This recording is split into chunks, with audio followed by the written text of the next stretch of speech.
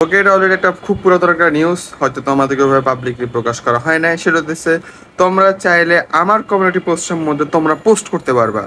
Yes, এখন community post কি?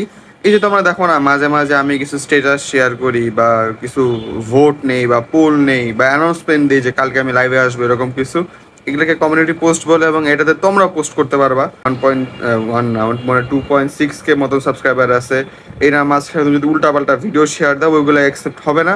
কিন্তু তুমি যদি কোনো মিম শেয়ার করো বা তুমি যদি কোনো হট টেক দাও যে ভাই আমার আমার এই ওয়ান পিস এই এপিসোডটা ভাল লাগে নাই, খারাপ লাগছে, বা আমি ওয়ান পিস জার্নি শুরু করতেছি, ব্রাদার্স আমাকে দোয়া দিও বা হেল্প করো, বা এরকম কোনো কোয়েশ্চেন থাকলে বা এরকম কোনো কিছু চাইলে তোমরা আমার কমিউনিটির মধ্যে পোস্ট করতে পারো।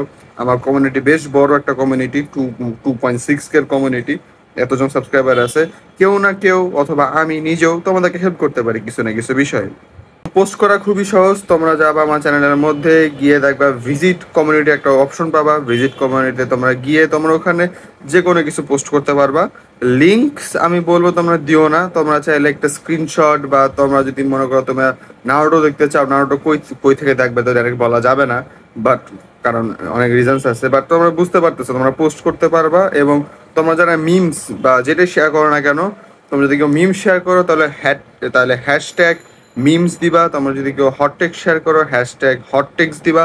তাহলে ইন ফিউচার যদি আমরা অনেকজন পোস্ট করে, তাহলে হয়তো আমরা একটা লাইভের মধ্যে তোমাদের হটটেক ডাইরেক্ট এখান থেকে দেখবো। ইন্টারেস্টিং হবে। অ্যান্ড অফকোর্স তোমার পোস্টও মানুষ লাইক ঠাক দিতে পারবে, কমেন্ট করতে পারবে।